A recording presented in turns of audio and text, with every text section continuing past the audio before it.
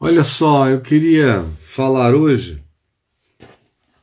Depois eu vou ler um texto da Escritura antes de eu chamar o meu querido André Fernandes, que é com quem eu vou conversar hoje, é um amigo de muitos anos.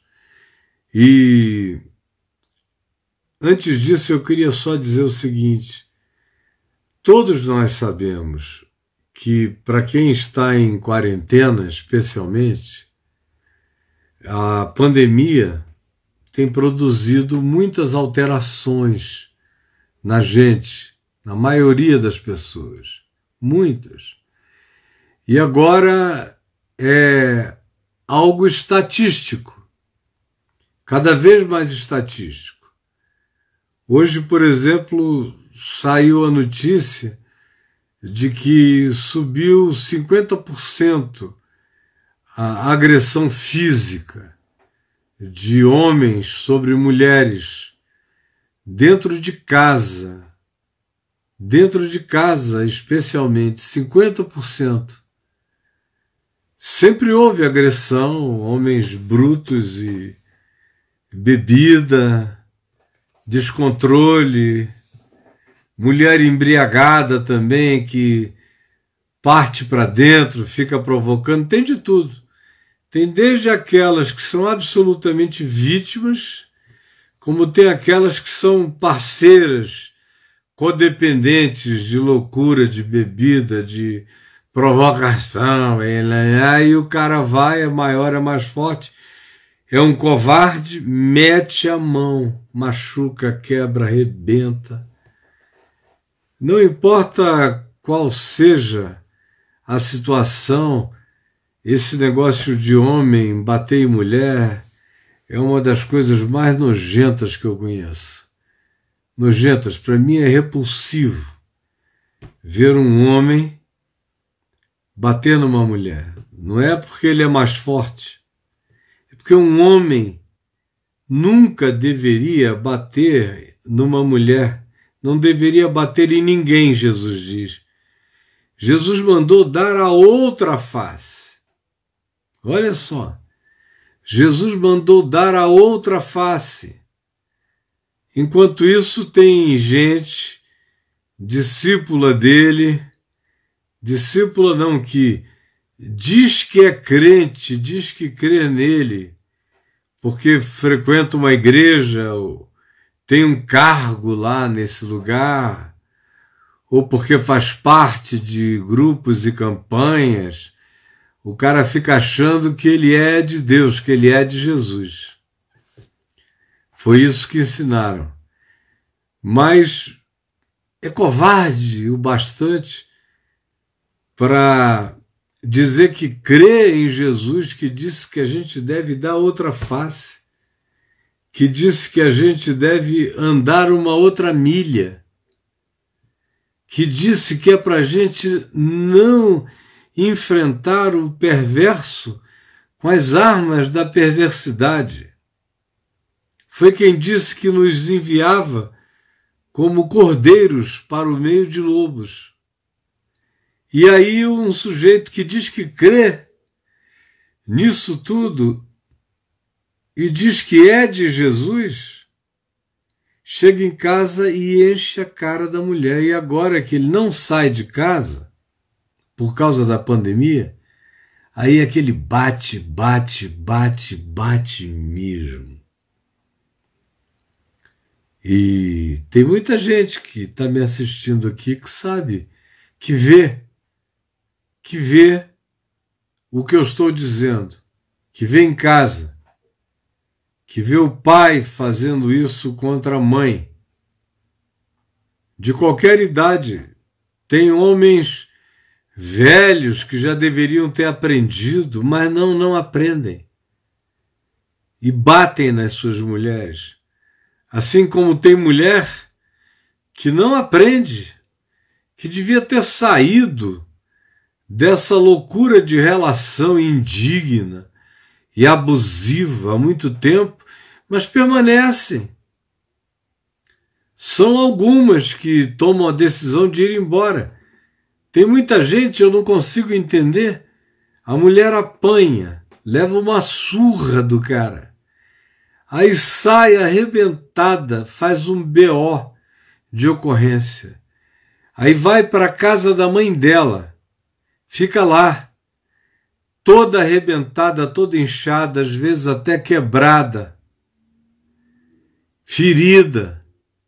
Aí o cara começa a ligar, ou a mandar texto, ou a dizer que está arrependido, ou a dizer que está completamente louco, que foi uma insanidade ele ter batido, porque ele é louco de desejo, de saudade, de tesão por ela. Aí vai, apela para tudo. Quando tem filho, apela para os filhos, apela para Deus quando são crentes, em nome de Jesus. A gente não pode fazer isso, nem deixar isso acontecer na nossa vida. Por favor, meu amor, eu quero você de volta. Aí lá vai ela com um BO de ocorrência, com tudo, de volta para casa desse cara. Aí ele se comporta mais algum tempo, depois de um tempo, outra surra. Começam a vir os sinais entre as surras, vai acumulando, até que a loucura bate e o indivíduo vai lá e, numa covardia extraordinária, bota toda a sua amargura, impotência, frustração, incapacidade, constatação de idiotice, joga tudo aquilo em cima de outra pessoa, no caso da esposa, que deveria, como Paulo diz em 1 Coríntios 7, deveria na mesma hora sair dali, pronto, Deus vos tem chamado à paz, não a essa indignidade, diz Paulo. Deus vos tem chamado à paz.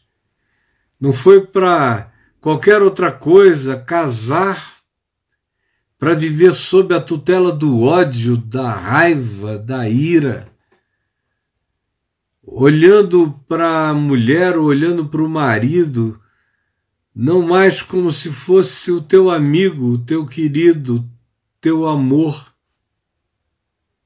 a pessoa em quem você disse que sabia e conhecia o bastante porque ela era confiável e o amor era verdadeiro, os sentimentos eram sinceros.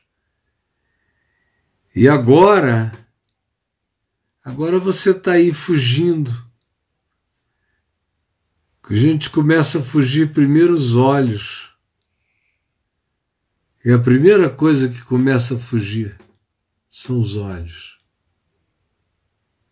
Os olhos não olham mais um dentro do outro. Estão sempre um palmo ou dois em alguma direção, mas nunca na pessoa. Os olhos começam a fugir. Aí quando os olhos começam a fugir, tudo começa a se desconectar. É tão forte isso. Como os olhos, de fato, são a lâmpada do corpo. E a gente comunica a nossa luz, ou quem nós somos, ou o que nós temos em relação ao outro, através dos olhos, mais do que através de tudo. Os olhos. Os olhos. São essas piscinas da alma. Os olhos. Por onde a gente pode ver praticamente tudo. Embora uma pessoa cega me assistindo aqui agora, que não tem olhos para mostrar, pode ter certeza, emana de você uma energia equivalente àquilo que os seus olhos mostrariam. Emana. Mesmo quem não enxerga tem um olhar. Mesmo quem não enxerga tem um olhar. E desse olhar, mesmo do cego, tem um emanar, tem uma emanação de energia que conta uma história inteira. Conta. E dos olhos, então. Mas é a primeira coisa a fugir. Quando um casal deixa completamente de olhar no olho um do outro, eles estabelecem desconexões automáticas, começam a acontecer em todas as dimensões da vida. E nesse coronavírus, nessa quarentena, essa coisa tem se acentuado extremamente mais. A gente é forçado a ficar no mesmo lugar juntos. Às vezes é um lugar muito pequeno, um apartamento pequeno, e você está na cara do outro o tempo todo, o dia inteiro, não tem, compartilha o mesmo banheiro, os mesmos odores, os mesmos cheiros. Aí, por essa intensificação de convívio, surgem as exacerbações de desagrados. Essa intensificação de convívios produz exacerbação de desagrados, que são aquelas coisas que a gente não gosta do outro. Mas quando você está ali todo dia, porque a quarentena impõe, vendo aquilo, parece que tudo vai crescendo, tudo vai aumentando. Se você acha que o outro fala muito alto, aí vai ficando cada vez mais alto, vai furando o teu ouvido. Se você acha que o outro é muito concentrado em si mesmo e no que ele está pensando, isso vai se tornando uma coisa horrível. Parece até que o outro já não está mais nem aí para você. Tudo vai aumentando.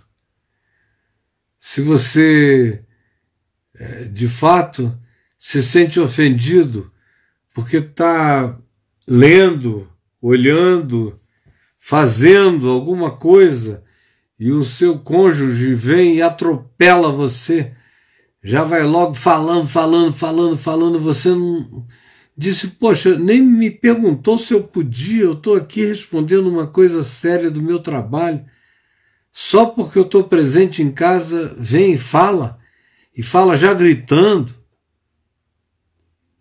Eu estou ficando cansado disso. Antes, o outro tinha vontade de fazer assim, mas como tinha que ligar, ou mandar uma mensagem, ou fazer alguma coisa, basta respirar de 5 a 10 vezes que você já vai mudando de atitude. Mas quando o outro está ali na tua frente, você larga logo, e larga do jeito que você larga pior. E no coração da pessoa isso vai aumentando, vai ficando um horror. Tudo cresce. Depois que os olhos fogem um do outro, tudo cresce. O outro vai virando um estranho, cada dia mais estranho. E um estranho incômodo. Estranho, não é isso? Como alguém que às vezes está contigo a vida inteira se transforma num estranho e incômodo. Além de estranho, incomoda. Parece que você acabou de conhecer e ainda conheceu a pessoa errada. É como a alma da gente é capaz de ficar saturada e de fazer projeções enganosas, ruins, aumentativas. E o outro, por seu turno, dependendo de quem ele seja, fica sentindo que você está assim e vai desenvolvendo todas as reatividades possíveis. E quando ele não joga tudo isso em cima de você, ele vai, todavia, amontoando nele até aquele dia e hora onde tudo vai ser um brumadinho de lama, um sobre o outro, e é um horror, e às vezes acaba em resultados muito ruins. E tem muita gente me vendo aqui e outros que verão depois vivendo isso. Vivendo isso mesmo. Se você não ouviu o que eu falei, depois assista desde o início. Eu só quero dizer para você o seguinte: é normal que pessoas fiquem cansadas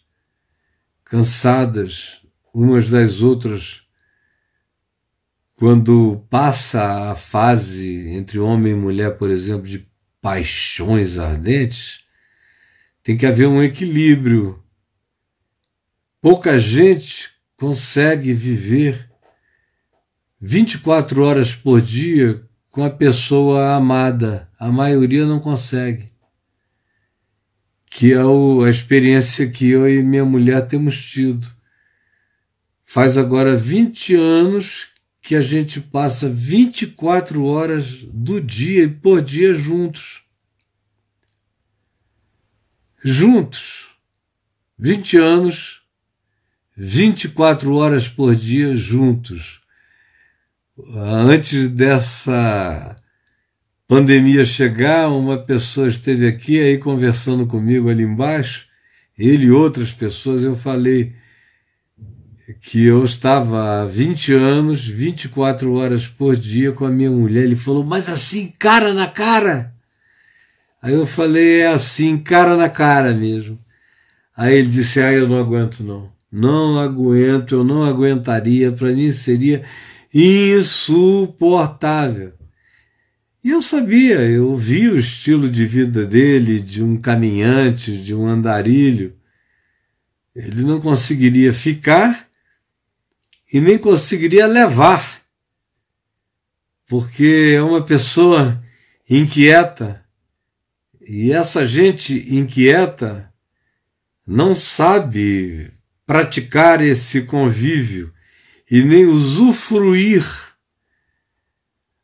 o benefício desse convívio, o benefício do desenvolvimento dessa telepatia, dessa profunda união, onde depois de um tempo falar não é tão necessário, porque o outro sabe você. Sabe você e você sabe o outro. Você não se comunica mais apenas por palavras. Você se comunica por olhares, ou por sorrisos, ou por um pequeno toque, ou pelo silêncio, ou o tempo todo pela energia que você irradia e que o outro aprende a ler, a conhecer, saber você, quando vocês se amam, quando vocês têm paz. Do contrário, viver o que alguns estão vivendo agora em 3 meses, daqui a pouco 4, já não estão aguentando. Não estão aguentando, não estão suportando. Só 4 meses de quarentena.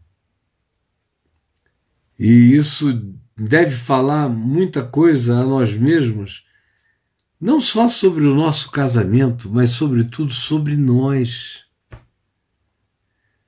Sobre por que a gente não consegue ficar quieto no nosso próprio coração e dar espaço de liberdade para o outro,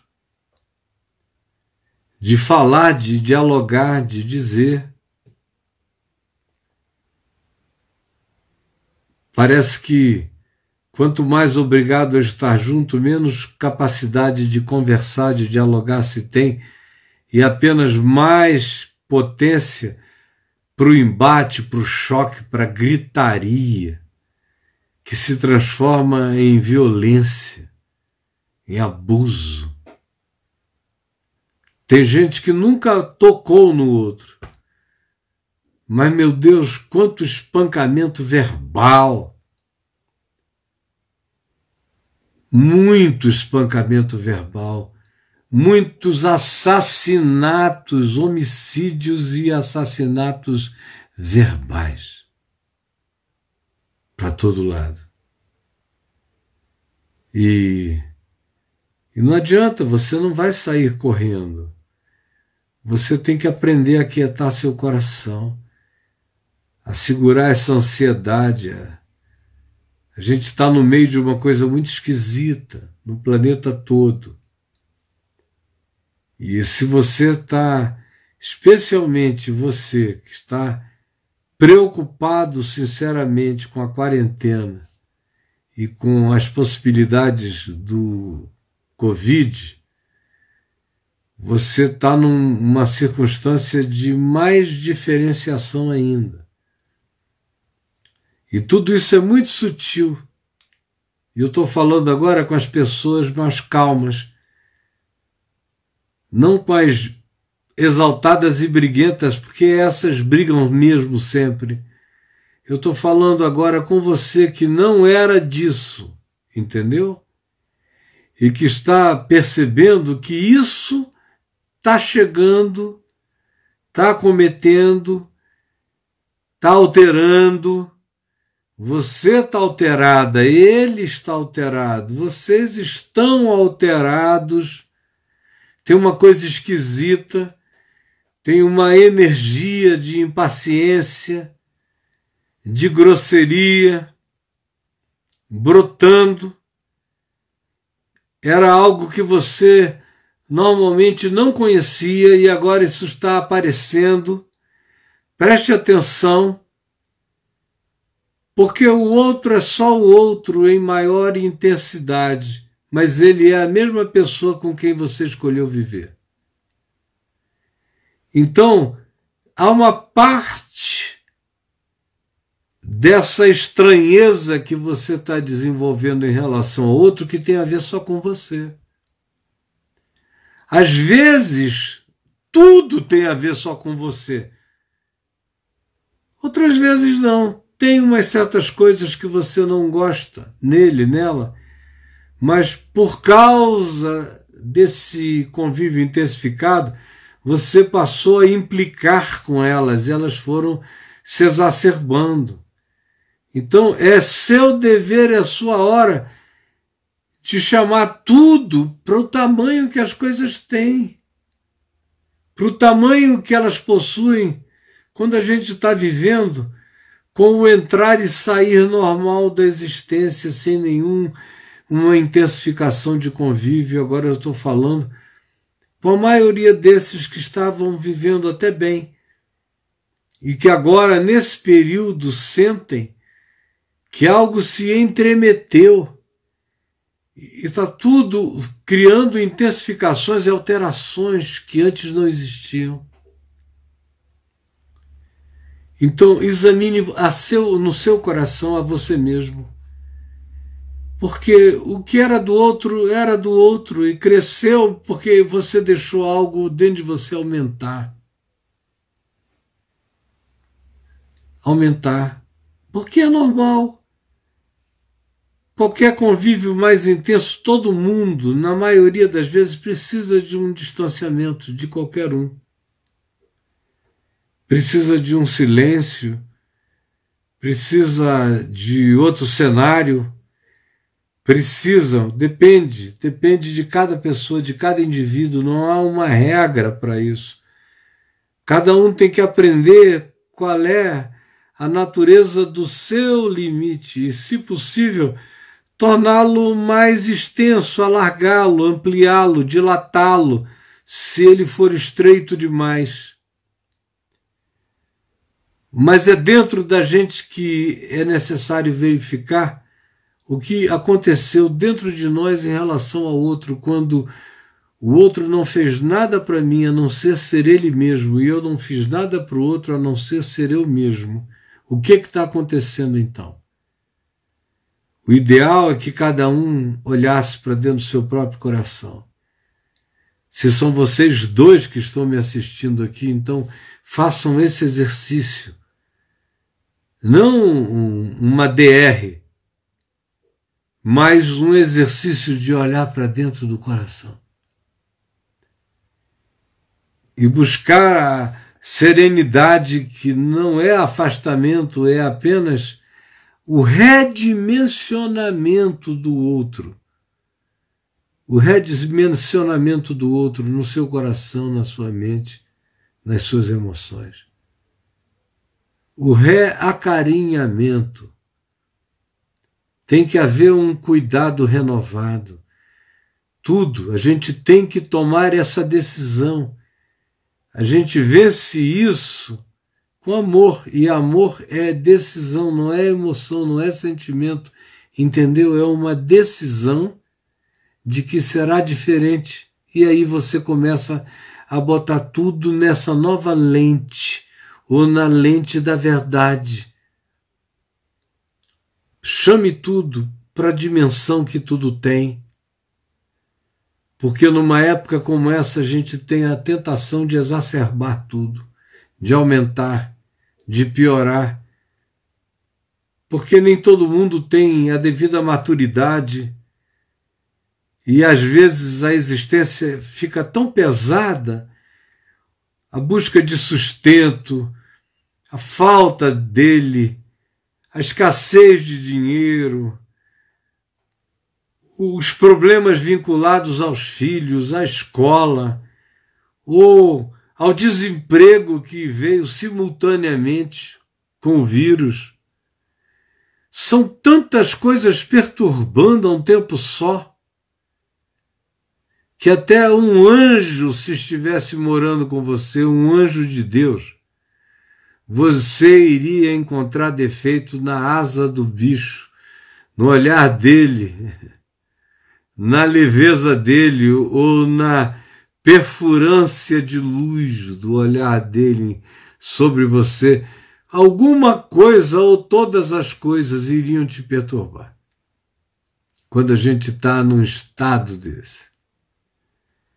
Então considere que esse é um tempo de alteração cognitiva, entendeu? Considere que esse é um tempo de alteração cognitiva e de alteração emocional, de alteração sentimental. Faz parte desse tempo, faz parte dessa conjuntura, misturar o coração de muita gente, de gente boa, que não precisa se separar nem se odiar, muito menos se agredir de qualquer forma, muito menos. E eu espero em Deus que você enxergue o que está acontecendo, olhe para dentro do seu coração, tome as decisões de trazer tudo para a dimensão que as coisas têm, e mais do que isso, decidir que você vai agir com amor, porque amor não é fruto de pulsões emocionais, mas de decisões de mente, de coração e de caráter. A gente decide, a gente escolhe, a gente faz.